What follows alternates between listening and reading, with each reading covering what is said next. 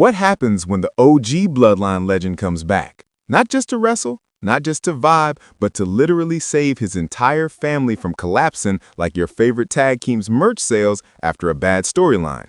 Yeah, Rikishi is back, and he's about to resurrect the Bloodline as the new Wise Man. And honestly, this isn't just a return. It's a full-on revolution that's about to shake WWE in a way no draft pick or surprise cash-in ever could. And listen, before we even dive into this, let me hit you with the classic YouTuber ritual. Smash that subscribe button, drop a like, and comment down below if you've ever randomly tried to do the Rikishi stink face on your siblings growing up.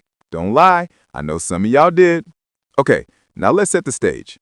After the chaos and clash in Paris, when the Bloodline basically went from God mode to Hot Mess Express, Roman Reigns is in the hospital, the Usos are fighting like me and my Wi-Fi connection, and Jacob Fatu is out here looking like the final boss of family therapy.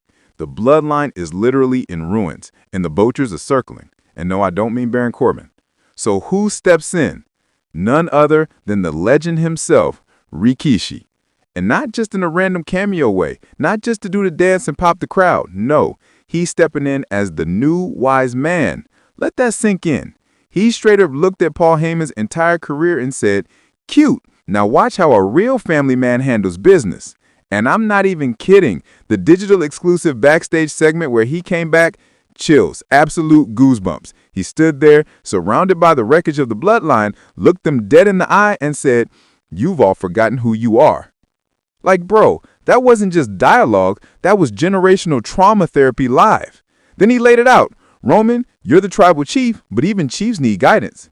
Jacob, your power means nothing without purpose. Jimmy and Jay, your bond is stronger than any title. And then the line that broke the internet. I'm not here to replace Paul Heyman. I'm here to do what he never could. Make us a family again. The resurrection starts now. Bruh, I had to pause the video, stand up, and just scream, "Let's go!" in my living room. My neighbors probably think I'm unhinged. But here's the thing. This isn't just hype. This changes everything.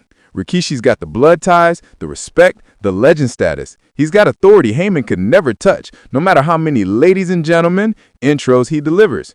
Rikishi isn't here to negotiate contracts. He's here to heal broken trust and turn this empire of chaos into the most dominant dynasty WWE has ever seen.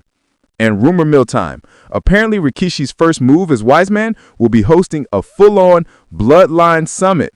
Imagine the visual. Roman, the Usos, Jacob Fatu, all sitting down like it's Fast and Furious family dinner. But instead of grace, is Rikishi laying down the Samoan heritage cards.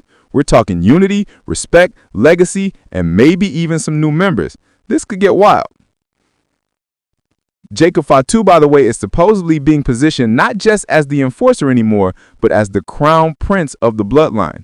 Under Rikishi's guidance, that man is about to level up harder than the Ma Rise character after you finally grind side quests for 6 hours. So the big question is, can Rikishi actually pull this off? Can he take this broken, betrayed family and actually glue it back together in a way that doesn't feel like a rushed WrestleMania storyline? Because if he does, the Bloodline won't just be back, they'll be unstoppable. And let's be real, nobody wants to be on the other side of that. But hey, I want to hear from you. Do you think Rikishi is the right guy to become the new Wise Man, or do you think this is going to crash and burn harder than Retribution's storyline? Drop your takes in the comments. I'll be reading through and probably arguing with some of y'all. Respectfully, of course. If you're hyped for the Bloodline resurrection, smash that like button, subscribe for more updates, and hit that notification bell like it's a money in the bank briefcase. Thank you for rocking with me. Thank you for supporting the channel. And remember, this family doesn't break. It just gets stronger. I'll catch you in the next one. Peace out, day ones.